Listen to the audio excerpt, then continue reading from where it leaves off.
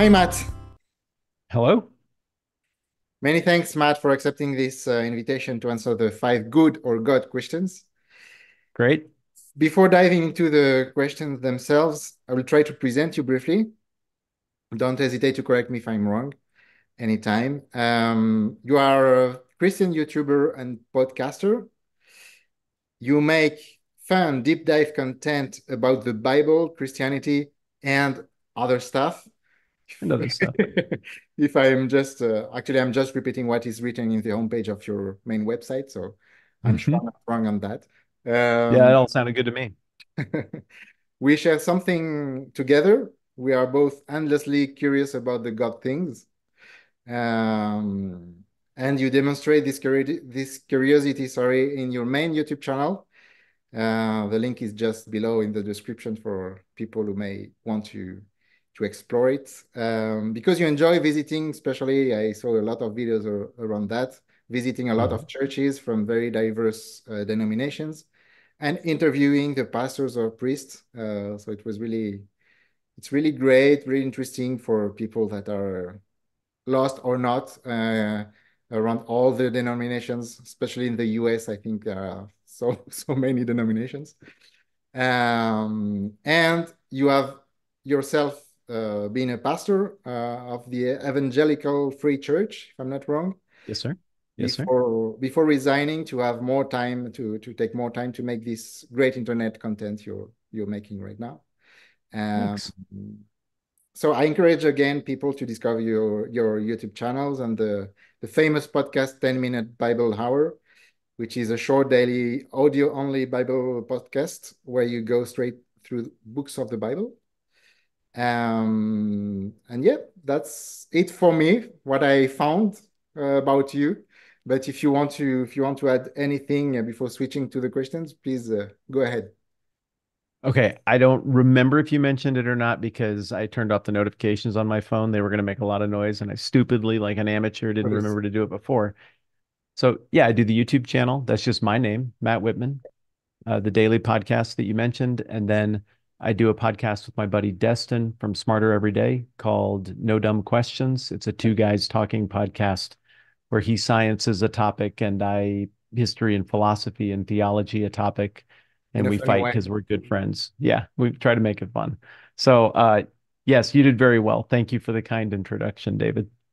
Thank you, Matt. And I think you live now in South Dakota, North Dakota, Very good. South Dakota. Yes, South Dakota. Rapid City, South Dakota. I live Yeah. right by Mount Rushmore in the Uh, mountains. I didn't visit it yet, but I hope so one day. You'll love it. It's great. I'm sure of it. Let's start the questions. Great. Yeah. First question, does life has a meaning or a purpose? Yes.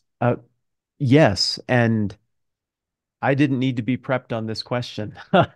Uh, this is this is something I'm very convinced of. Let's start with that question as though there is no God. Let's say we assume that this is all random. It is still just mathematically so compelling that you, David, and your family exist, that I, Matt, and my family exist, even if the only meaning in the universe is probability or lack thereof. The odds against you being a person with a mind and the ability to communicate and me being the same and existing in a reality wherein sound travels it through waves back and forth where we could have this conversation. Mhm. It's astronomically improbable that I would ever get the pleasure of meeting you and getting to talk with you. And we take that, and by we, I mean me. Humans take that for granted massively. And when you see other people in the world, I mean, they do frustrating things. I do frustrating things. And when I think about why it frustrates me, it's because I think I have dignity. It's because I intrinsically, intuitively believe that I have value. And when I feel slighted or mistreated, I don't think it's just arrogance or ego that kicks in. I think it feels like it's a violation, an abomination of a natural order that says, hey, wait a second. Even if there's no God, the odds are so astronomically stacked against particles of dust and energy coming together to make me. You should respect that a little bit more because you're made of the same stuff and you have the same long odds. What are we doing here? Right. We should like each other better. As I'm going to misquote it, but as the great musician Ben Folds once said, we're all children of the same great universe, so you don't have to be a chump. It's great. And so I think from an anthropological perspective, when we feel violated, that is our soul. That is our deepest sense of reality and truth telling us that, yeah, there is meaning and purpose to life and that people have value. And When, oh, sorry, go ahead. yeah, have you ever thought that? Even I am wondering, even, but I know that you quite lost your faith one time during your a few years ago. I did. Um, when you lost your faith, your Christian faith, did you still thought that there is a meaning? Yes, that Ben Folds song that I just referenced, that wasn't off the cuff. That song was very important to me Mhm, when I was thinking through many of those things. mhm, And I remember thinking, just what a great point. What a great way to put it. This is someone who I don't think believes that there is a God. I mhm. was in a place of, I wasn't angry. I wasn't mad at anybody or deconstructing or panicking, or I just didn't. Before I intuitively felt there was a God, I went through a few things and then for a while I just didn't. I don't know what the definition of atheism is, but if it's, do you think there's a God? And the answer is no, then that's where I was for a period of time. And that's when I kind of encountered some of those ideas of, all right, well, if there's no God, is there still meaning? And my feeling was there would be, though I think there is a much more robust meaning and purpose if there is a God behind all of those long probabilities. So that's an amazingly insightful and well-researched question, David. It, nice job. Like way to take some time before we sat down to talk to Sure. be able to craft such a thoughtful question. But when you add God into the equation, as my faith came back online 12, 13 years ago, maybe a little more, um, then the equation becomes different because what is God? Well, we'll talk about that probably here in a minute or two, but Possible, it's possible. I I like Anselm's definition of God. God is that being of whom no greater being can be imagined. So the God of the Bible, the God of philosophy, the God of Judaism, this is a God with no limits. You can't surprise him, you can't trick him, he's immutable, he knows everything, Yeah, all powerful. you're hijacking my second question right now. But Okay, so I I, so I'm gonna I will try. I'll I will dial that try back for a second. to ask it. I'll dial it back for a second, but I can't answer your first question without touching on that a little bit. Yeah, sure. So if we're talking about a God who is truly infinite, if Yeah. this is the greatest God who can be imagined, one who not only has all power, but one who never learned anything, it means that God would know everything that has happened, is happening, will happen, could happen, or might have happened. Mhm. There's no thing that I could go to this God and say, did you ever think about what would have happened if Star Wars first came out in 1960 instead of 1977? And then this God would be like, I never thought about that. Whoa.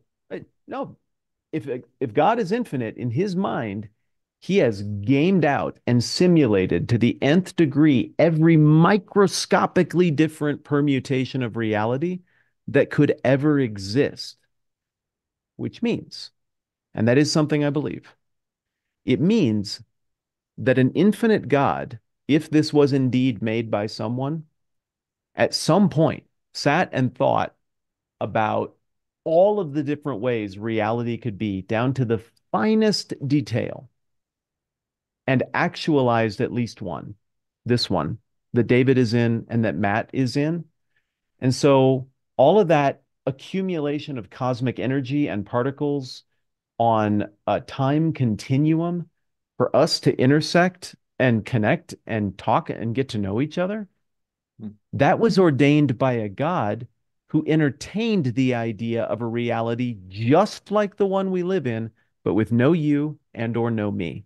And yet he ordained the one that has a you and that has a me. That's meaning, that's purpose.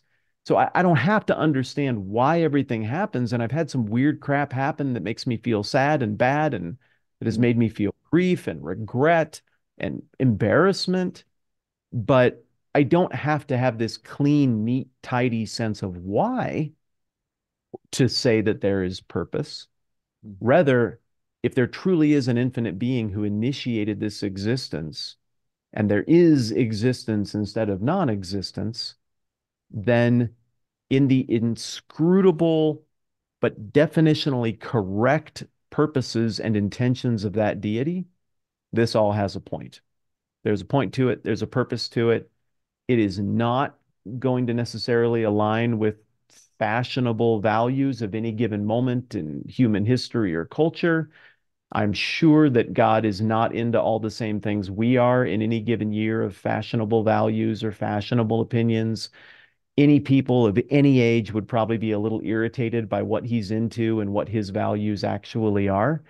But at some point, as the finite being considering the infinite being, I'm content to say there is purpose. God is the ordainer of that purpose. And even if I don't get it, and even if I might do it differently if I were in his shoes, I am content philosophically and mathematically and theologically to defer to him on that and just to celebrate that your life has a purpose, my life has a purpose, existence has a purpose. It's going somewhere. Sometimes I get a little glimpse as to where it's going and what role I play. Sometimes I don't know. I'm at peace with that. Thank you for this very clear and deep answer.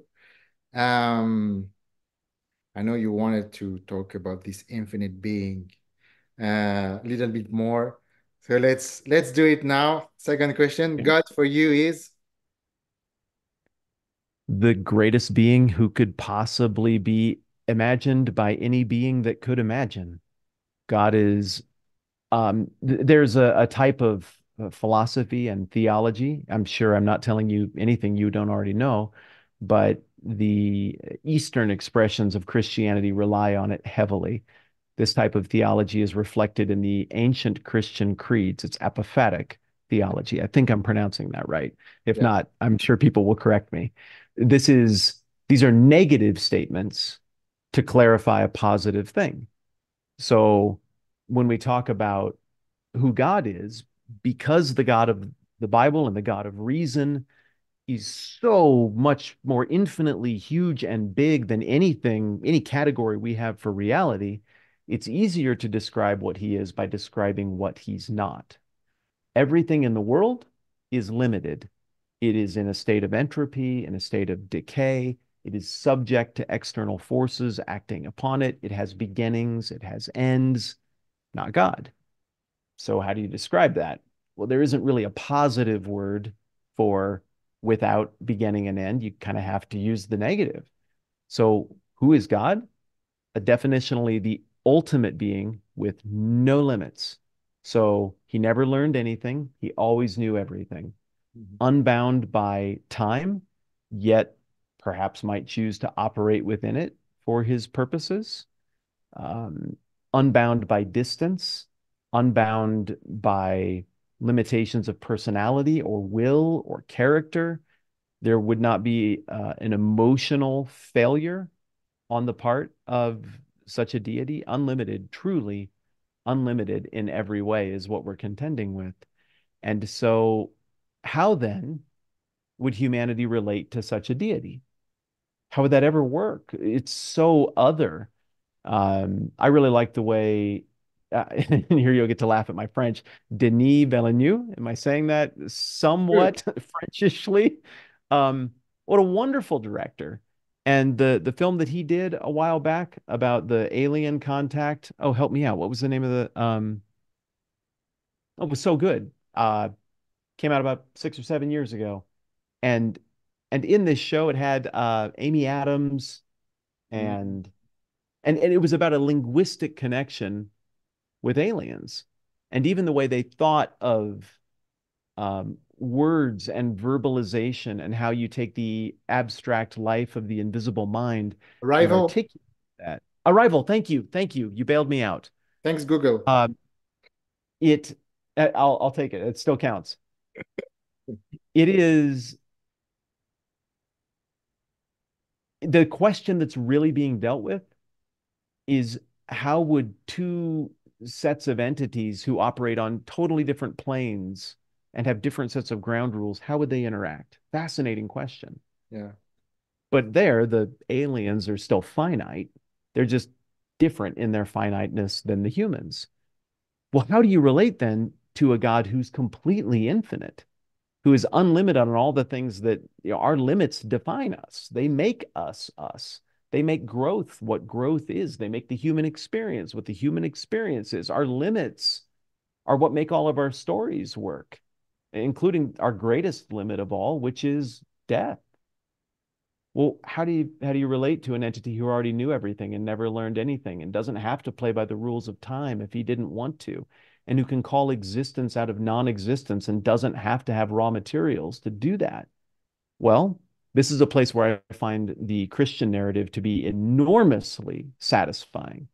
The idea of the incarnation, a God taking on a familiar form of communication and presence to make himself known for the purposes of his own glory to finite beings. So he does things that look finite in the incarnation, that look finite throughout the Bible in the service of his infinitude and his own glory, which, if you really are the best thing ever, it's not arrogant to want all of existence to acknowledge that you are the best thing ever. It'd be very arrogant and wrong for me to want that because I'm not the best thing ever. But if there were a God like this, it would make sense. So that was a lot. Am I doing this right? Perfect. I was wondering something when you were talking, because again, you visited a lot of churches and so on. Um, has it changed anything on your beliefs? Because you were like evangelical pastor a few years ago. Then I know that you are still evangelical, but I wanted to know, because you visited Eastern Orthodox churches, Catholic churches, and every denominational church. Um, and so what? So you still believing the same you did before, or has anything changed after that? Yes, it's changed. Wonderful question, insightful question. Evangelical is a tricky word. Yeah. So I'm a part, or I became a part of a group called the Evangelical Free Church of America. They are more or less Lutherans from Scandinavia who broke away from the state-sponsored church of the 19th century Mhm. and wanted to do church independently with roughly the same theology, Mhm. just not with any state governance of the church. I still very much agree with their decision in that regard. At this point in my life, I do not go to an evangelical free church. I go to a free Lutheran church, Mhm. a historically Lutheran church that, in a lot of the rhythms and feel, is more like the evangelical church that I was a part of for most of my adult life, with more of an emphasis on the liturgical rhythms of the calendar and so forth. I feel very at home there. And yet I'm not prepared to renounce evangelicalism just because of the name has been polluted by weird political things, both on the part of stuff people waving an evangelical banner have done, Yeah. but also pejoratives and sloppy language by people who don't like evangelicals politically and don't take the time to understand what they actually think or what the intellectual tradition is, and Mhm. just sort of use it as a soft synonym for white supremacy or Christian nationalism or whatever the lazy pejorative of the day is. The point is, all movements are flawed. It's flawed. And the most obvious flaws are evident in its loudest manifestations. So theologically, um, yeah, evangelicalism is a deeply historical movement. The going back to the church fathers, I have a whole file on my computer. I have a buddy who keeps the same file. We read the church fathers because I am Catholic in the sense of I am a part of the Yeah. universal church of Christ. Mhm. But even the church fathers say mountains of stuff that sounds like biblical, gospel centered evangelical Christianity today. It doesn't have the strains of Americanism in it, obviously, because it predates that. But historical evangelicalism and the main underlying ideas are very old. It's informed by pietism, the idea that what you read in the Bible should inform what you do, and the idea that in some way personal integrity is what you're going for. I wish I were better at that. Me I don't too. know. I care. I try. My execution isn't flawless, and people watching this who know me would attest to that. They could point to plenty of dumb things I've said and done. But so so theologically, that is still more or less my home base. Is I don't know, just Bible. Try to Yeah. make sense of whatever that says. Sure. I do not value the tradition of the first 500 years of Christianity at the same level. I don't elevate it to the same level that my Catholic and Orthodox friends would, but I get why they do it Mhm. because their central claim to authority is the continuity of the church. So for them to say, hey, it kind of extends beyond the Bible and what Christians who we approve of were writing in the mid 100s, 200s, 300s AD, this was them kind of working through the Bible and figuring it out. Yeah, great. We say the same creeds. Awesome. I say them every week. That's great. Um, where I would disagree with my Catholic and Orthodox friends is on the level of authority wielded by those churches. I don't biblically, rationally, I don't see a unique exclusive claim that either of them would have geographically, historically, or biblically to be the mediators of the relationship with God. I think there's one Yeah. mediator between God and man. It's the man Christ Jesus. And I believe biblically that everybody can approach that throne of mercy and forgiveness of God with confidence because of who Jesus is, because of what he did in his life and on the cross and in his resurrection. And I understand and accept that I would just nuance that a little differently than my Catholic and Orthodox brothers and sisters. But all of that is a setup to answer your question. I did hear you. Thank you for your patience with me. No, no, no. Where It's really where I've interesting. changed is I so much more appreciate the value of the rhythms of the season, Mhm. integrating the liturgy. Mhm. I appreciate things that are time tested from beyond the Bible, stuff that we just say and repeat that isn't in the Bible, beyond the creeds, that I'm delighted to repeat. Yeah, some guy just wrote that 1500 years ago or whatever. Okay, yeah, but it was still great. And it's still a wonderful distillation of Christian thought. And I still love the idea, the reality that I am in the exact same rhythm every year or every 2 years with a whole bunch of other people who are processing through the grand, profound things of God and faith, the same things that you're curious about, Mhm. and that we don't just haphazardly do it. There's an intentionality to this, and that intentionality is a gift from people who came before us.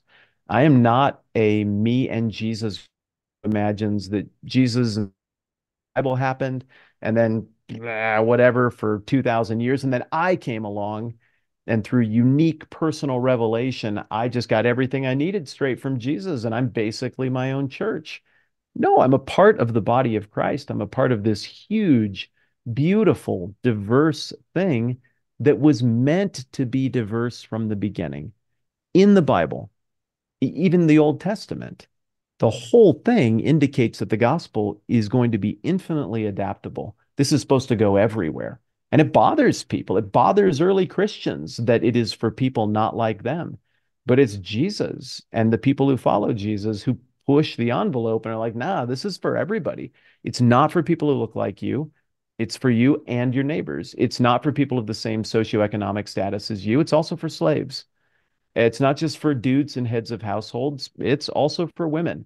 It is not just for people who were born into a certain social or even reproductive class, it's also for eunuchs because the eunuchs are even included and roped in, people on the fringes of society. It was for everybody, every language. And over the last 2,000 years, we found out that it was also infinitely adaptable as a message and a set of values across time, changing values, changing mores, changing technology. What do you know? The values of the kingdom of Christ that we see in the Bible, they make sense in every one of these contexts. And it's not to say that there isn't friction, but as I go around and look at these churches, I think probably 10, 15 years ago, I would have looked at that and said, it's a little bit of a threat to me that they exist. Because if they're right, then I guess I'm wrong. I probably imagined it to be more of a zero sum game. Now I go and look at that and I see the intentional God designed adaptivity of the gospel and the kingdom message. And so I don't look at the Orthodox Church and think, it's a problem. I need to defeat them so my version of Christianity can win one day. No, why would I not root for them? They're caretakers of the gospel and the word of God and the church. And they know how to talk to people I could never talk to. And they know how to speak life into it and to, I believe God ministers to people and serves people, as upside down as that sounds, through his church. Well, my church could not do that in a traditional Greek setting. I don't know how. Culturally, I don't know how linguistically. I couldn't do it, but the Greek Orthodox know how. The Copts know how to do it in Egypt. I wouldn't know, have the first clue what to do there. Latin American Christianity is so different than my own. I Sure. speak Spanish, but I still wouldn't know what to do. I had no clue. And so for me, what a lot of people, including myself, maybe 15 years ago, would have treated as a bug, like it's a big problem. There's more than one expression of Christianity. My visiting these churches has caused me to say, this is awesome. This was the plan all along. It's wonderful that there are multiple expressions of this thing because how else would it make sense to this massive world full of people made in the image of God Sure. who need to hear and be enriched by and given life by Jesus and the values of his kingdom? So that's probably the biggest change. I've come to really appreciate the people who aren't like me. For to have a beautiful garden, you have to have different flowers, different colors. So I think it's the same for beautiful Christianity, right? Well said. Well said. And so concise compared to what I just did. Well said. Yeah, because my English is more concise than yours. You win. You win. In French, I would say a lot more things, but I'm just trying to speak well. Fair enough. Thank you, Matt, for all these great answers. Third big question about the afterlife. Is it a stop or an again? I I'm gonna go with neither. Um, it- I don't know that I'm satisfied with either of those Yeah. terms Mhm. totally. Um, I think we become a part of something much, much bigger. I don't think we become gods. I don't think that's possible logically for the reasons I said before. I don't think there can be more than one ultimate unlimited being who's greater than any other being that can exist. That's hardwired into the foundation of binary logic and reason. Rather, I believe there's a greater reality uncorrupted by the limits of this physical reality as we know it. It's hard for me to picture what it looks like to participate in that. But even the people I've met in this world who I like the least, who I find the most irritating, off-putting, stupid, even, and maybe I'm wrong in all of those judgments, but even the people who I dislike the most, the the eternal is still visible in them. They're still made in the image of God, and you can see it. It's not just because it's in the Bible, you can see it. They've got volition and will and dreams and thoughts and ideas and the invisible life of the mind that is carried around on board each person it transcends the body. It's somehow contained in the body, but it's bigger than us. And I believe that God is not just the preserver of that, but I believe that he's the giver of a life more full and complete than we can ever comprehend on this side of reality. And one of the biggest reasons I think that is because of you. It's how you are. It's how other people I meet are. It's too much. It's too profound. Each person is their own universe of dreams and thoughts and ideas.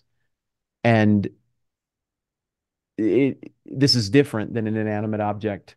It's precious. It's preservable. And I don't know how it works. I couldn't describe the physics or the location, but to me, that is entirely unthreatening and neither here nor there because we're dealing with a God who's infinite in every way. And clearly, he has ordained and built something profound into humanity, into the individual. He's made us in his image, and there is a next. I don't think it's a starting over. I don't think it's a termination. I think it is a realization of a union with God, the thing that our hearts yearn for, even the stupid things that we do in our stupidest, worst moments. I think the underlying motive of all of it is us misguidedly scrambling to try to reconnect with this greater, truer, realer thing that we intuitively know is there, but in our human limitation, we can't solve that on our own. Our worst stuff, our insecurities, and I think that's all born out of trying to solve that apart from God, when instead, I believe the offer is present for God to resolve that for humanity. And I do not think that what happens next will be some dull completion. If if we're talking about an infinite God who has infinite creativity, then why would this ever be done? Why would he ever be like, oh, I made a thing, that's good enough, I'm finished? Uh, this God will have infinite projects, different than the ones we've done. I don't think he'll just keep running the same simulation again and again. And somehow we get to participate in that. And I genuinely believe I will see that and experience that with this conscience that is interacting with you right now. I believe that we will encounter the next.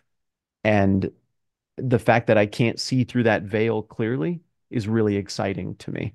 I like that I don't know exactly what it looks like, but that it must be. Great. You talked about unifying with God, but not fusioning with God, right? Yes, yes. Uh, I am not God. God is not Yeah, me, but I exactly. also do not enjoy the greatest union, fellowship, intimacy with God that I could in my current state. There is another state where I would be better suited to know and be around the infinite glory and the infinitude of God. Yeah, very clear. Thank you. We've gone through the three big questions. Now the Okay. two other questions are quite more light, we can say. Okay. Fourth question, a spiritual character who inspired you apart from Jesus. Oh man, that's a good answer. I wasn't going to go with Jesus anyway. I thought it was too obvious. And Jesus, he's kind of other. It's like you got to talk about that in a different category. Yeah, I'm going to go with two characters who I've been spending a lot of time thinking about lately, that being Esther and Nehemiah from the Old Testament. I think I find Esther inspiring precisely because the text does not paint her as flatteringly as Christian literature paints her. She's a flawed, compromised character who was a secret Jew hiding her identity in the court of King Xerxes in the early 5th century BC in the Persian capital of Susa. And she won a contest to impress a man who can have whatever he wants. I'm guessing she had a unique set of talents to impress a man that powerful and and to win him over and to have him make her the replacement to his recently deposed queen. mhm, Then the thing that would be most natural for her to do is to say, I will not make anyone else's problems my problems. My problems are solved as long as my guy is on the throne, and I will sit in the lap of luxury. and enjoy limitless power and abundance. But another member of the court decides that he wants to kill all of the Jews, not knowing that the king's wife is Jewish, and she has to decide whether she's going to do anything about it or just let that happen. And at first, she balks, she hesitates, but she receives a little pep talk slash veiled threat from her caretaker, her relative Mordecai, and she comes to her senses and decides that she's going to make it her problem. And she uses exceptional cleverness to sort the whole thing out and ultimately to defeat the person who wanted to, I mean, really an early version of Hitler who wanted to annihilate all of the Jewish people. And she doesn't do it because she's a Mary Sue with no problems. Such characters are boring. She does it while addressing some of her character deficiencies, while other character deficiencies linger. She never gets them totally sorted out. You don't see that at any rate, but she's still good. And um, there are no miracles in the book of Esther that tell us the story. God is never mentioned in the book of Esther. There are later editions to the book from hundreds of years later that mention God, but the original edition does not mention God. And I find that really encouraging because I do not see a lot of miracles in my life. My life has been like Esther's in that I've lived in an era or I just been standing in the wrong place at the wrong time. I see evidence of Same miracles for in me, other places fortunately. and God breaking the laws of time and space, but I've never seen I've I've never seen a miraculous healing or Yeah, anything like that. And so I'm like Esther in that regard. I'm also like Esther in the regard that um I have character flaws. And I'm not a Mary Sue. I don't get everything right on the first time. I make a lot of mistakes. My motives are often good, but sometimes they're not so good. And yet she grew and she changed, and I believe she was empowered by God who works providentially behind the scenes. And in the end, she was a part of doing something really meaningful and great, even with all of her problems. And I can relate to that. I find that story very powerful. Nehemiah, I won't go into as much depth on, but he's the guy who is in the next generation. And I think he learns from the example of Esther, and given the opportunity to go and help his people and cut through bureaucratic red tape and solve a problem, he just does it. He makes a big problem that nobody was doing anything about. His problem solves it in record time, and people criticize him and are try to kill him and undermine him in every way you can imagine. And he's steadfast. Maybe not the smartest guy, maybe not the perfect guy, but he's steady, steady, steady. And so uh, I like those two as character examples, and I suppose there are probably a lot of others that we could talk about, but we'll go with them. it's great. Thanks for the for this Bible teaching. Um, People can find more and more of this teaching in the 10-minute Bible hour. It's great to hear that because when people sometimes when you hear people teaching some Bible stuff, it's quite boring sometimes. So it's really, really interesting to hear you and your podcast are really very funny, very dynamic, and so it's really interesting to yeah to hear them, and it's motivating to learn more about the Bible. Thanks. Um, you're welcome. Uh, Fifth and last question: a book and or a movie to recommend to your best friend who may be quite lost in these questions. Mere Christianity by C.S. Lewis is undefeated. It Yeah. it's kind of a cliche answer, but there's a reason that it keeps getting mentioned. There's a reason it's standing the test of time. Lewis and I are not from the same tradition. He's an Anglican.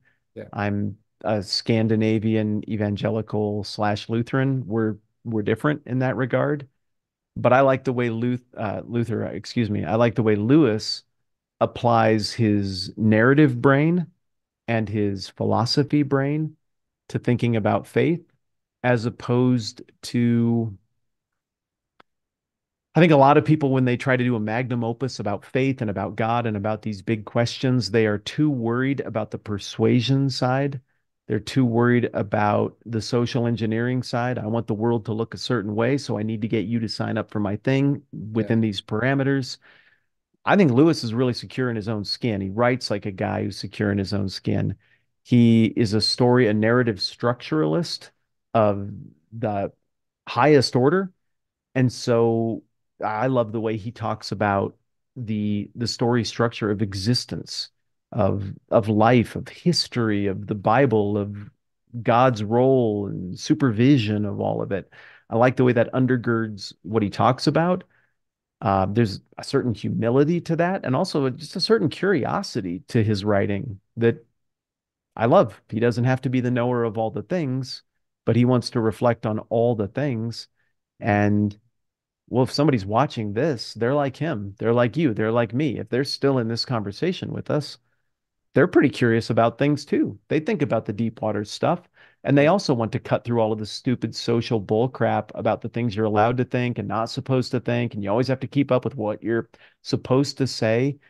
Deep down in their hearts, I think people just want to know. I think they're just curious about stuff. And Lewis writes like a guy who's honest about that.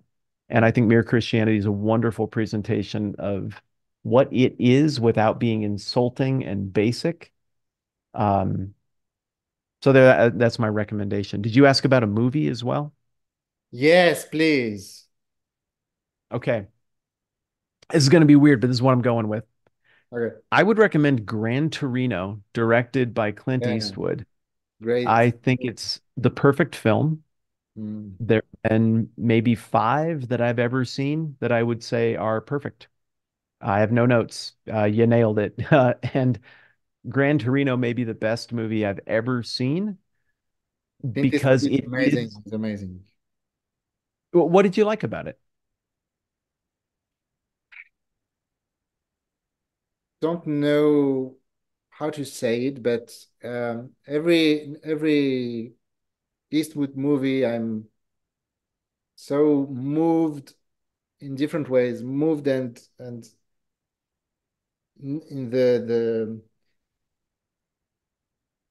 I'm not a real I don't like to watch a lot of movies, but when I watch a Clint Eastwood movie, I'm always totally in the movie and I'm always moved till the end. He knows how to catch me until the end of the movie, and I'm like deeply moved inside when I watch his movies, and I'm totally I'm surprised that I'm not sure that he's a believer or not. Don't think so. It's not very clear, but he seems very like a very deep guy and very spiritual guy, and he knows how to pass this spirituality in his movies, and I'm really yeah I'm always impressed and moved when I watch his films, and it's yeah. I feel the same way, and especially Gran Torino. Mm, I could be wrong, but I think it's the Good Samaritan. mm, You, it's a story that yeah, flips the idea of the good guy on its head. They present him as the most unlikable thing you can be in all of society right now. And I happen to, I mean, yeah, I don't like it either. He's a racist, yeah, yeah, but what kind of racist? yeah. Like, performatively, he says mean things you shouldn't say. And that's gross and it's appalling. But Mm, when push comes to shove, no one else does anything for the people who don't look like him, who he uses inappropriate language to describe. When push comes to shove, he's the only one who will do something, and yeah, not just something like change a tire on the side of the road or give $5. He's willing to give a tremendous amount in the care of his neighbor who is not like him. And so you get to the end of the movie, and Jesus' question at the end of the parable in Luke 15 of no, no, no, no. No, I'm thinking of the prodigal son. in Jesus' parable of the Good Samaritan, Jesus' question rings in my ears. Who who was this person's neighbor? It Mhm. wasn't the fancy religious people who had religious justifications for walking by and ignoring their need. They did not exemplify the values of the kingdom. It was the deplorable Samaritan who everyone in Jesus' audience held an ethnic hatred toward, who did right and who lived out the values of God and how they treated their enemy and this person in need. And I think Gran Torino does a magnificent job of capturing that element of the values of the kingdom in a very modern way. Yeah, it's very human. Every movie from Clint Eastwood are very human, deeply human in the bad and good and for the best way. Every time it's where you see the most of humanity. Yeah, you see every, I don't know, the very depth of the of humanity. It's really, yeah, it's really impressive to see how it does that. It's again, I don't know if he believes in God or not, but it's I'm pretty sure he does in some way. Maybe he doesn't want to say himself. I don't know, to tell himself that he does, but in his movies, it's always very, very clear.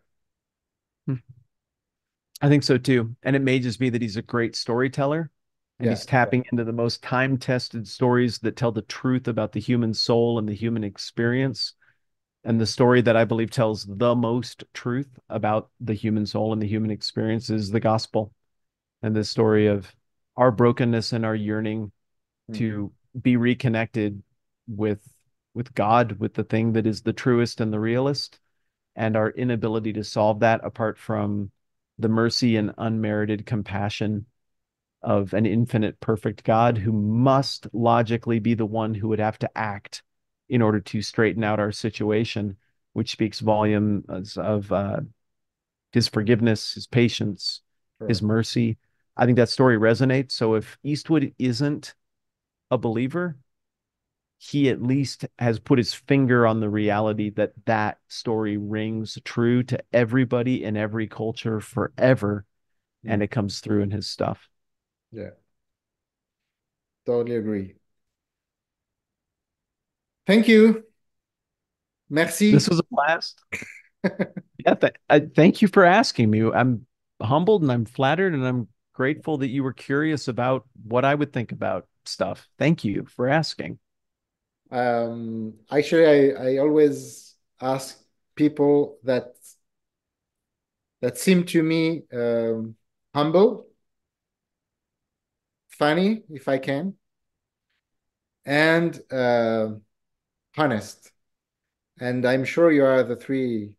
You are humble, you are funny. We can see it through your videos, and you are very honest. I can see it also when I see your videos. So it's very important for me to have people like you in the channel. So thank you a lot to have, because I have to say that you are quite a famous YouTuber because you have a lot of subscribers, and I don't have like I only have like 10,000. You have more than 200,000 subscribers, so this demonstrates especially your humility, and yeah, it's not very common to see that. So thank you again for that. Well, you're really good at this, and this made for a really fun conversation. Thank you. Thank you, Matt. Thank you to all the people that have been able to see the video if YouTube wants to show it. And have a good day, Matt. Thank you again. Same to you, friend. Appreciate it, David. Bye bye.